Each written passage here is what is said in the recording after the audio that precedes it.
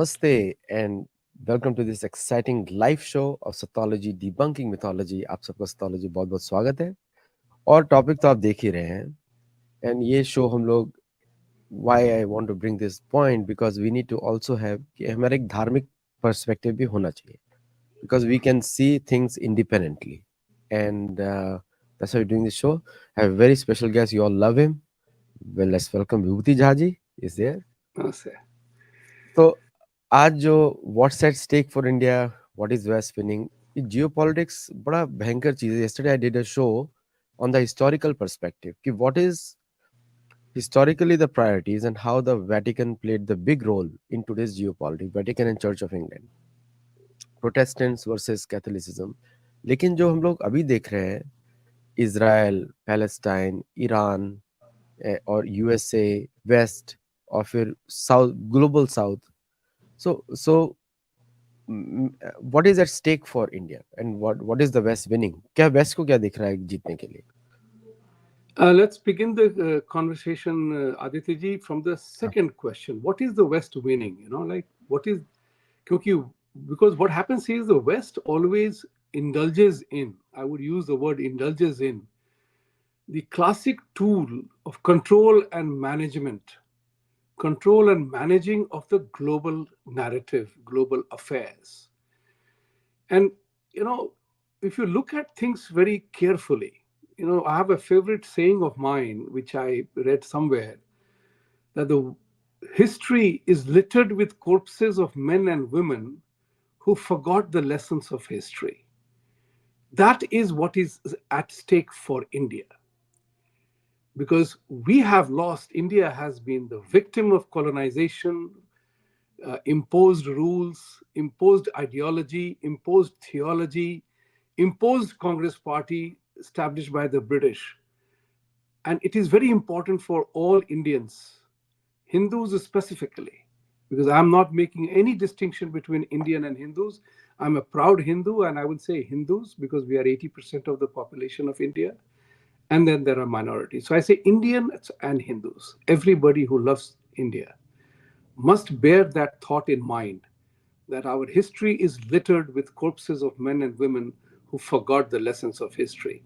Fortunately for India, we have the unique advantage of technology coming at a very appropriate time, so that what we were unnecessarily exposed to and indulged in believing, yes or no, now we can analyze, use our intellect and our ability to analyze, synthesize, and see what is happening. So, what is West winning actually? West is desperate if you look at it. West, led by America, is ending up in a very desperate situation because whatever they valued has become their fault line. The enemies of the Western democracy are using the most important prideful matter of democracy called freedom as its fault line. That's what is happening. And as a result of which, you are seeing alliances changing. You are seeing bizarre behavior from America that Mr. Blinken, he's a Secretary of State, goes to Middle East, says that this is the warning time for Israel to make sure that civilian damages don't happen. This is where the enemy is using civilians as the buffer, civilians as the as a shield to do their nefarious tasks. They are using all those tools of democracy to their advantage, to the detriment of the West. Look at Blinken goes to Ukraine or Europe, wherever, and tells that Ukraine will be admitted into NATO. You are looking at a global Third World War situation. And as I have always said, that I believe that people will, when you put two and two together, you will realize Europe has a very bizarre fetish. They have a very bizarre fetish to do territorial ambitions, what I call the emotional turmoil of capturing territories. So what happens is First World War and Second World War, they were European wars. They became in world wars because they got the colonial army to die for their internal territorial battles. That's exactly what is happening in Ukraine now. It's a Russia and European issue. Think about it like this. Europe is the only continent in the world among the Committee of Nations that has a war-mongering NATO alliance, military alliance. Nowhere, no other country has that military alliance.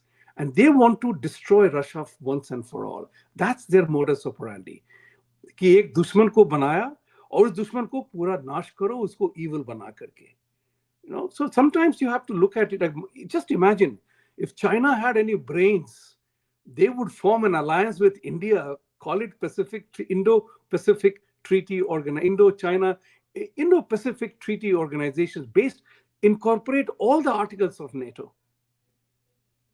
and form an organization counter to NATO.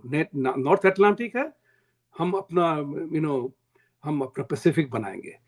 This is what is important for the world to know. And West is losing. America is become an obese country, debt-ridden. There's nothing that we need to talk about it more than this fact that it has become a desperate country. Did anybody see Vanessa Kerry, who has become the World Economic Forum very important spokesperson of a particular department, in which she said that COVID this is my statement. COVID was an experiment to see how people can be controlled and dominated and submitting themselves to a particular kind of behavior. See this, what I'm saying? It's a behavioral control of innocent people who get herded, bombarded, and manipulated into a certain specific kind of behavior. 10 million people died out of 8 billion population. Who gives a crap about that? But they've tested a theory, which is what is there. So I feel that West is desperate. They are not winning anything. They know they are losing ground. The global South is rising. They are fed up and tired of these manipulations. You have seen the leaders from Africa lambast CNN and other leaders that you are the ones who have exploited us and we will not let you do that. In this process, India has emerged as a statesman country. Modi has emerged as a statesman leader, so much so that even economists praises him for his leadership. When your enemies begin to praise you, then you know that you have risen in the stature. So even Chidambaram in India said, give credit to Modi, he has done excellent closure of plants and programs, right? This is what is called reluctant admission of a fact and truth that you can't deny. Great point, great point. एक मुझे ऐसे भी लगता है विभूति जी कि अगर हम इतिहास को देखें और सबको देखें, आपने सही बात बोली, डेस्परेशन है, इधर बहुत डेस्परेशन है. और आपने इतिहास की बात करी, मैं गैटलिंग गन से शुरू करता हूँ. गैटलिंग गन, पैटर्न टैंक, जितने भी मास स्केल मर्डर वेपन्स हैं सारे वेस्ट ने बनाए. पहले भी थे लोगों के पास, लेकिन लोग मतलब वो खो गए थे इतिहास में. महाभारत के समय में हमारे पास थे, लेकिन उसके बाद खो गए थे. किसी ने भी इतने भयंकर वेपन्स नहीं बनाए. न्यूक्लियर वेपन्स बनाए, उनको यूज किया. ये सारा यूरोप, अमेरिका, सब जगह यही फैले हुए. बाकी सब ने इनका कॉपी कर करके भी वेपन्स बनाए अपनी रक्षा करने के लिए. उतने नहीं बना पाए क्योंकि हमारा मानसिकता नहीं था, दूसरों पर लड़ने का मानसिकता नहीं था. और आज हम जो देखते हैं कि यही वेपन्स एक बुली की तरह यूज किए जाते हैं लोगों को सबमिशन करने के लिए. और जितने भी इंटरनेशनल बॉडीज हैं, चाहे यूनाइटेड नेशंस हो, चाहे कोई भी हो, पुराना जो उपनिवेशवाद था, कॉलोनियलिज्म था, उसी को एनफोर्स करने के लिए बनाए गए. यूनाइटेड नेशंस का भी यही पर्पस था. आज उसका जो प्रेसिडेंट है एंटोनियो, क्या नाम है उसका, गुतेरेस, एंटोइन गुतेरेस, वो आदमी पोर्चुगल प्रेसिडेंट था. Portugal is a country which colonize maximum countries. और वो जिस तरह बात करता है, जैसे खून के आंसू बहाना, वो बात करता है कितने लोग गाजा में मर रहे हैं, इजराइल शुड गो. और मुझे ऐसा लगता है कि अमेरिका इजराइल को छोड़ रहा है, या अमेरिका और इजराइल गेम खेल रहे हैं लोगों को मूर्ख बनाने के लिए. एक बोलता है छोड़ रहा है, दूसरा उसको और भी वेपन्स दे रहे हैं, जैसे कि उसको F-15 और दिए जा रहे हैं. और 15 20 15 उसके पास और पहुंच जाएंगे। तो मुझे लगता है कि there is no desire, west में कोई ऐसी डिजायर नहीं है कि वो युद्ध को रोके, इसराइल पैलेस्टाइन वॉर को रोके, हमास का जो साथ जो चल रहा है। मुझे उल्टा दिख रहा है कि वो एक्सपैंड करे और उससे थोड़े समय के लिए इनको राहत मिले कि इधर तक कोई पहुंचे ना, मतलब मेरी गर्दन तक कोई पहुंचे ना। आज अमेरिका डिफैक्टो लीडर है, नेटो उसका फ्रंट लाइन डिफेंस है, ऑलरेडी विक्टर नुलन बोल दिया है NATO is a first line of defence. Ukraine was an experiment, ये भी बोल चुकी है किस तरह दूसरों के देश मरे ताकि अमेरिका बचा रहे। The higher goal is to protect America, क्योंकि पूरी दुनिया की इकोनॉमी इस पे डिपेंडेंट है। तो इन सब सिनेरियो में क्या कभी पश्चिम देश, मतलब अभी अब हम और आप तो ये भी देख रहे हैं, इंटरफेरेंस देख रहे हैं ये भारतीय मीडिया में इलेक्शन के रिजल्ट्स पे, यूनाइटेड नेशंस बात कर रहा है भारतीय इलेक्शन पे। तो विल दे गिव अप? और क्या स्टेक, क्या है भारत के लिए, क्या स्टेक है इसके ऊपर? देखिए, ऐसा है कि आपने बहुत बड़ी बात कही है कि जिस तरह से केजरीवाल के मुद्दे को लेकर के, राइट, बंदा जो है, जो किया है उसने ड्यू प्रोसेस ऑफ लॉ के थ्रू जा रहा है। वो ऐसा नहीं कि उसको उठा के बंद कर दिया है, उस पे ईडी के केसेस हैं and there is virtual proof of that. तो United Nations, USA, Germany, they are all making talking about elections in India. ये भारत में इलेक्शन की बात कर रहे हैं, इससे ज्यादा हास्यास्पद और दुखी बात कुछ नहीं हो सकती है। आप बिल्कुल सही कह रहे हैं कि वेस्ट का जो एजेंडा है वो बड़े डिटरमिन्ड होके फॉलो करते हैं। वो जो है अपने बात को छोड़ते नहीं है, वो लाते जाते हैं आप पे इस तरह से या उस तरह से।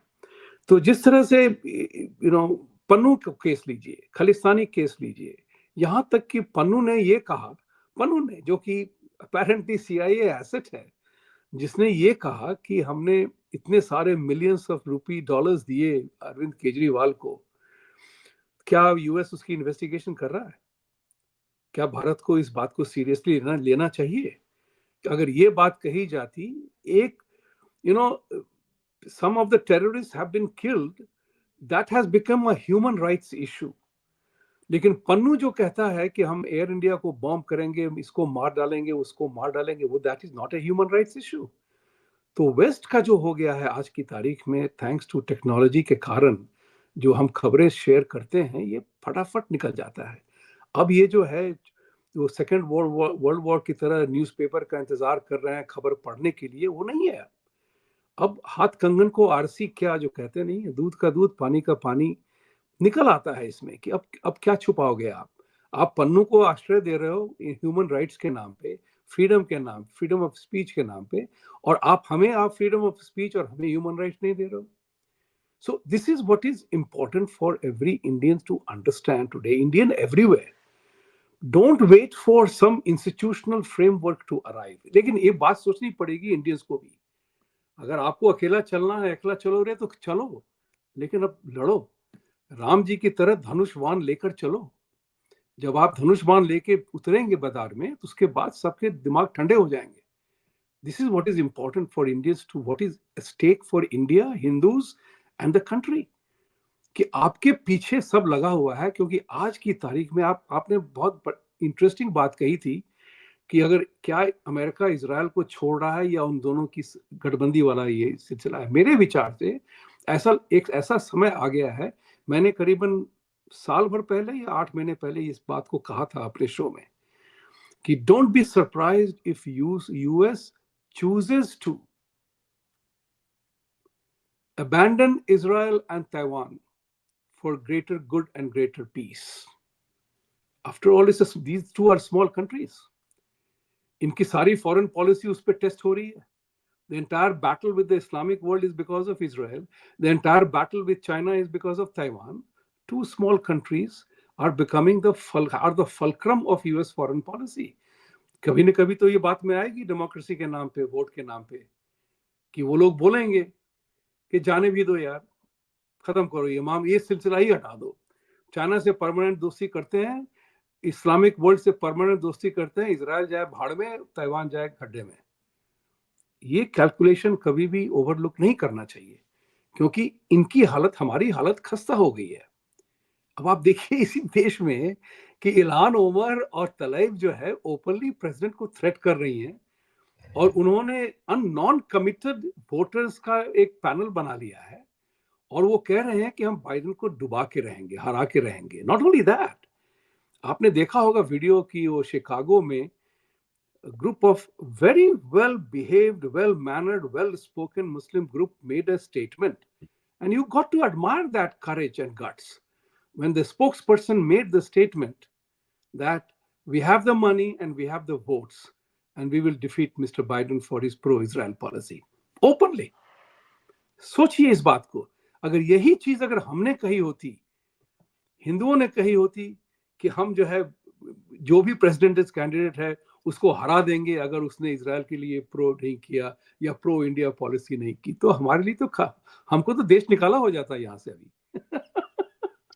वो तो तो वो तो वैसे ही मिलने वाला है, वो तो वैसे ही मिलने वैसे वाला भी मिलने वाला है। हमारा तो इतिहास भी है भाई, हम तो कहते हैं इतिहास के। देखिए आप, ये बहुत सोचने वाली बात है इंडियंस के लिए, खास करके युगांडा से हमें मार के निकाला गया, राइट? केनिया से सब लोग भाग के गए डर के मारे। फिजी में एंटी इंडिया मूवमेंट कितना बड़ा था, एंटी इंडियन मूवमेंट कितना बड़ा था। जहां जहां भी हम गए हैं हम सक्सेसफुल हुए हैं, और लोगों ने ईर्ष्या के कारण, जलन के कारण वो हमारे खिलाफ हो जाते हैं, क्योंकि हम जो हैं हम अपने अपने अपने में मस्त रहते हैं, हम अपनी बात मानते हैं, अपनी बात चलते हैं, काम करते हैं, दूसरों की नहीं सोचते हैं। People begin to get irritated with that. This is what is important. That's why I always say Indians, you have to, आपको धारण करना पड़ेगा आपका वो धनुष्मान। नहीं करेंगे तो आपको चकनाचूर कर दिया जाएगा। एक एक कर को धर्मेंद्र का डाला होगा ना पिक्चर में, चुन चुन के मारेंगे। That's why they hit eight one Nupur Sharma, one this one that. और आपने किसी को मारा तो वो ह्यूमन राइट्स वायलेशन हो जाता है। पैक सो ऑफ वुल्व्स की स्टोरी है, pack of Wolves. Yes, yes, pack of Wolves में अटैक करते हैं और वुल्फ ही यहाँ का मेन एनिमल है इस समय देखा जाए तो। करेक्ट, अ, करेक्ट, एक करेक्ट। एक और एस्पेक्ट है जो लोगों को समझ में आना चाहिए कि जो सिचुएशन बना रहे हैं भारत के आसपास इलेक्शन के समय में, भारतीय government will have to take very thick steps. और मुझे लग रहा है भारतीय गवर्नमेंट को मालूम है जिस तरह के मिलिट्री प्रिपरेशन है, क्योंकि बिल्कुल सही लिखा है रुद्र जी ने, और कि वेस्ट को मिलिट्री स्ट्रेंथ ही समझ में आती है और कुछ समझ में आएगा नहीं। और भारतीय सेना सशक्त है, इसीलिए वेस्ट थोड़ा रुका भी हुआ है। और दूसरा भारत की सिक्योरिटी है न्यूक्लियर वेपन्स। इंडियन अमेरिकन का सिक्योरिटी है चुप रहने में। मुझे ऐसा लगता है कि इंडियन अमेरिकन अगर हम जितना बात करेंगे उतना ही ज्यादा हमारे ऊपर आक्रमण होंगे, मुझे ऐसा लग रहा है। क्योंकि इस देश में फ्रीडम ऑफ स्पीच तो पहली बात तो इंडियन अमेरिकन कोई प्लेटफॉर्म ही नहीं है कहीं पर भी। हम लोग को ना फैक्ट फॉक्स न्यूज पे है, ना हम लोग को सीएनएन चांस देता है, ना न्यूज नेशन चांस देता है, कोई भी चांस नहीं देता है। और हम लोग जितना भी बात कर ले, हमारे accent based racism is the one of the biggest racism in America. English में भी अगर 10 लोग इंग्लिश बात कर रहे हैं, किसका एक्सेंट एंग्लो सैक्सन एक्सेंट है, that person is considered superior. ये एक्सेंट बेस्ड इंग्लिश लैंग्वेज का रेसिज्म है। और उसके बेसिस पर ही इतने ज्यादा रेसिस अटैक्स होते हैं। येलो करी खाने वाले लोग, अभी वो लोग भी येलो करी खा रहे हैं, वो पिल्स खाते हैं, हम हल्दी को डाल के खाते हैं। Right. And there are many other factors which I think, मुझे ऐसा भी लगता है कि जो ईरान और जो इराक और ये सब सिचुएशन, रशिया का सिचुएशन है देर, क्योंकि अमेरिकन को इतिहास मालूम नहीं है, they are still stuck in 1945। Anglo Saxons की मैं बात कर रहा हूँ, बाकी वो या कुछ पढ़ा नहीं है, बाकी दे नोबडी एल्स केयर्स। और मैं भी नया स्टेटिस्टिक्स भी देख रहा था विभूति जी, कि ओनली 10% बचेगा 2047 में। Anglo Saxon population pure breed only 10% बचेगा। वाह। So now they are already 45% only of the population. But उनका जो कंट्रोल है मेजोरिटी ऑफ द मीडिया पे इज एब्सोल्यूट। तो किसी भी इमिग्रेंट को कोई चांस ही नहीं है। And with this 172,000 people coming per month, Biden ने सेटल किया है 172,000 per month, and which is the Elon Musk ने ट्वीट किया था उसको। So how this immigration will affect the voting pattern, कैसे अफेक्ट होगा अमेरिका में और यूरोप में क्या सिचुएशन होने वाला है। Because I think all of them are pointing towards only one country, which is saving the world economy, which is Bharat. बहुत बढ़िया कहा आपने। मैं आपसे इस बात में सहमत भी हूँ कि भारतीयों की तो पॉलिटिकल आवाज है ही नहीं।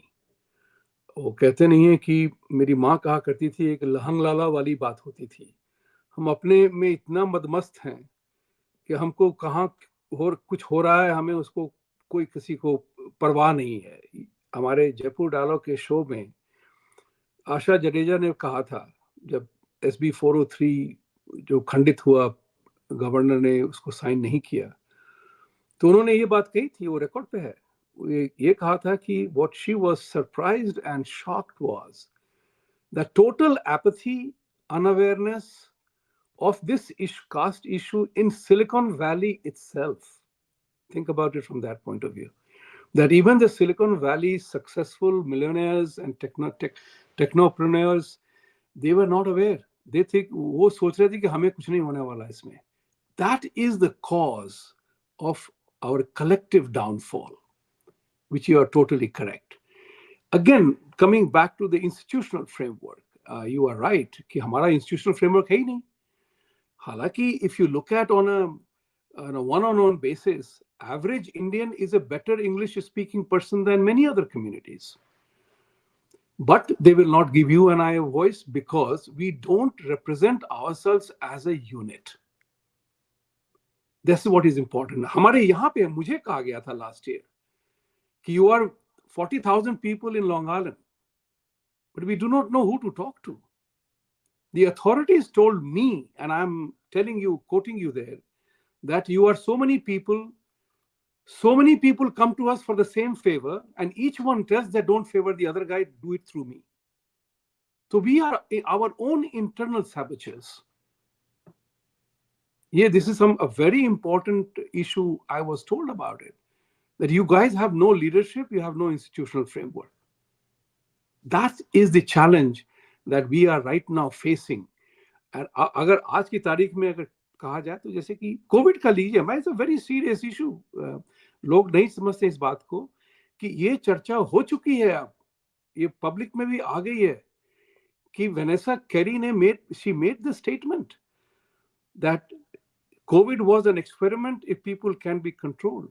If you look at Obama's one of the speeches in which he said the average person is way below his mental capacity to take a decision for himself. That's why we as government have to do it. These are all on internet. I'm not making it up. आप इस बात को सोचिए कि किस तरह से geopolitical game plan of control and management of people and issues is going on. India आज की तारीख में, मैं तो हमेशा कहता हूं, ये सदी भारत का है, ये सदी भारत का है, provided Indians take up this matter and move forward with that. वो कहते नहीं कि 4x400 मीटर रिले रेस में आपको ही बटन लेके आगे बढ़ना है, जो डेजिग्नेटेड है। हमें इस बात की रिस्पॉन्सिबिलिटी लेनी पड़ेगी। उसी में मोदी जी ने जो ग्लोबल साउथ की बात की है ना, that is very critical conversation that he had, as a result of which Africa में बहुत अवेकनिंग आई है। एवरीबॉडी, कोई भी चाइना से खुश नहीं है। चाइना, यूएस, ये सब मिले हुए हैं कि हमको वर्ल्ड को हम किस तरह से डिवाइड करें। बीच में कमबख्त ये इंडिया ही है जो हम दोनों को चैलेंज कर सकता है। तो वो जो बड़ा सा इंटरेस्टिंग सा शब्द है, the unholy alliance of the global megalomaniac billionaire villains who want to control the world in their own way. World Economic Forum is one such example. NATO is another such institution. And various UN institutions, they are all designed to push a narrative. They're all designed to push a narrative. China has adopted that. घुस गया, WTO हर जगह जाके अपनी अपनी बात करता रहता है। कंट्रोल डेमोक्रेसी की बात की उसने। The Chinese also talk about कि our way of democratic freedom is the best for capitalism, profit motive. तो ये सब मिली भगत वाली बात है। India is the only country that is authentic democracy, is genuine authentic because of our culture. हमारे अंदर वाद विवाद, चर्चाएं, हम हमेशा विश्लेषण विमोचन करते रहते हैं। तो जिसकी लाठी उसकी भैंस कहावत है, लेकिन वो बड़ी इंपॉर्टेंट चर्चा है। भारत में इस बात को उठाना पड़ेगा, हर भारतीय को युद्धग्रस्त होना पड़ेगा। That's my thought. ये लड़ाई हम जीतेंगे, धर्म युद्ध हम जीतेंगे, लेकिन मुझे हमें अपने दुश्मनों को गिरने का भी मौका दिया जाना चाहिए। रुद्रा जी का स्टेटमेंट बहुत ही सही है, एक्यूरेट है, क्योंकि एक स्टॉकिंग पॉइंट्स और एक फिलोसॉफिकल पॉइंट्स बना के रखा है वेस्ट में कि फ्रीडम आप बोल कुछ भी सकते हैं लेकिन इस बॉक्स में होना चाहिए, उस बॉक्स के बाहर आपकी बात नहीं सुनी जाएगी। उसी की वजह से मेरे जैसे ऑथर्स फेमस हो जाते हैं, क्योंकि लोग आउट ऑफ द बॉक्स सुनना चाहते हैं। बाय द वे, देखिए, जिज्ञासा एक बहुत बड़ी चीज है, जिज्ञासा। जानने की इच्छा बहुत बड़ी चीज है। बहुत ही सुंदर सेंटेंस दिया है रुद्रा जी ने कि फ्रीडम ऑफ स्पीच है लेकिन फ्रीडम ऑफ थॉट नहीं है। लेकिन नहीं, as a psychology student of psychology and geopolitics, you have an independent mind, you do think. Problem ये होता है कि आपको ऑप्शन नहीं दिए जाते हैं, आपको बॉक्स कर देते हैं। वो कहते हैं बमबारी जो होती है ना विचारों की, CNN ऑल द मीडिया के थ्रू। जैसे कि पुतिन ने कहा था टकर कार्लसन को कि I can't win the media war with West because they control the entire narrative. So इस बात से हमें जो है लकीर के फकीर नहीं बनना है, हमें अपनी इंडिपेंडेंट थिंकिंग को लगा करके, आप जो कह रहे हैं बिल्कुल सही कह रहे हैं, कि इस बात को आगे बढ़ाना है, नॉट टू द ट्यून। वही धुन नहीं, सारे गामा पधा निशा में अनगिनत संगीत के लय और ताल होते हैं ना, उसी साथ सारे गामा पधा निशा राइट में कितने ही धुन बन जाते हैं। तो हमें उस धुन को, अपनी धुन को आगे बढ़ाना है, समझना पड़ेगा। एक लास्ट पॉइंट एक्चुअली मैं बोल रहा हूँ कि मैं और विभूति जी, मतलब मेरा बात, मैं पॉलिटिकली न्यूट्रल हूँ, लेकिन एक अभी हम लोग 99 लोग देख रहे हैं लाइव, आप सब लोग सब्सक्राइब करें। अभी हम लोगों को 2 लाख पहुंचना है, हमारा टारगेट है अब। तो हम लोग 1 लाख से ऊपर आ गए, 2 लाख के टारगेट है। लेकिन एक पॉइंट मैं रघुनंदन जी का आंसर करना चाहता हूँ एक बार। गवर्नमेंट फंडेड फॉर, ये बात तो बिल्कुल सच आ गई है कि Covid was funded by the successive governments, चाहे वो ट्रम्प का गवर्नमेंट हो, चाहे बाइडन हो, उसके पहले ओबामा, तीनों ने उसको कंटिन्यू, ये स्टेट पॉलिसी है। और उसका इम्प्लीमेंटेशन कैसे हुआ और कौन आया, ये सब जो जो अभी फैक्ट्स आगे बाहर आए हैं फौची के ऊपर, और इन सबको प्रोटेक्ट किया गया है, वो स्टेट रिसोर्सेज है। और तो मेरे हिसाब से ऐसा है कि इस तरह के बहुत सारे इंसिडेंट दिखेंगे, और ये भी दिखेगा आपको कि अमेरिका के पॉलिटिकल लीडर्स एक्चुअली किसी का भी केयर नहीं करते, उनको फंड रेजिंग से मतलब होता है, ये मेरा को ऐसा लगता है मुझे। मुझे थोड़ा इसमें बताइए इसमें और। देखिए, एज एक बात, what is important here is to figure out system कैसे चलता है। एक सिस्टम है, America is a system, Republicans and Democrats, and then there are some honest people on both sides of the aisle who think that this is wrong. But एक कहते नहीं कि swamp चलता है, एक सिस्टम चलता है, एक स्ट्रक्चर चलता है, उस स्ट्रक्चर को आप नहीं हिला सकते हैं। तो जैसे देख लीजिए कि ओबामा ने कितने जोर से कहा था कि हम आएंगे तो ग्वांटानामो बंद कर देंगे, नहीं कर पाया ना 8 साल। नहीं किया या न कर पाया मैं नहीं जानता, लेकिन उन्होंने नहीं किया। क्यों? It's a question of pushing an agenda. You always bargain and get a deal of your choice. तो उनको डाका करने दिया। He made a statement, I don't have the legal authority, perhaps it's illegal, but I'm doing it. तो इस बात को मान के चलिए कि Democrat, Republicans, they have almost identical ambitions when it comes to governing the world and creating the narrative. ये दोनों मिली भगत हैं, good cop, bad cop at different points in time. This is what is, get that thing straight in your head. The important part is कि इन दोनों ही parties में वो कौन लोग हैं जो कि नैरेटिव चेंज कर सकते हैं और उसको इन्फ्लुएंस कर सकते हैं. Those people will not be encouraged by the majority of the people. So sometimes भूचाल आता है तब परिवर्तन आता है. करेक्ट. 9/11 हुआ, उसके बाद रिकंस्ट्रक्शन हुआ. शिव जी का वरदान था ना, नाश करेंगे फिर रिक्रिएशन होगा, क्रिएटिव रिकंस्ट्रक्शन होता है. in the cycle of things. California economy was going down the tube until the earthquake happened. The Northridge earthquake happened. The California got revived investment. So remember one thing that's very important to understand. When the moment comes, you got to seize it. That's why I believe seize the moment.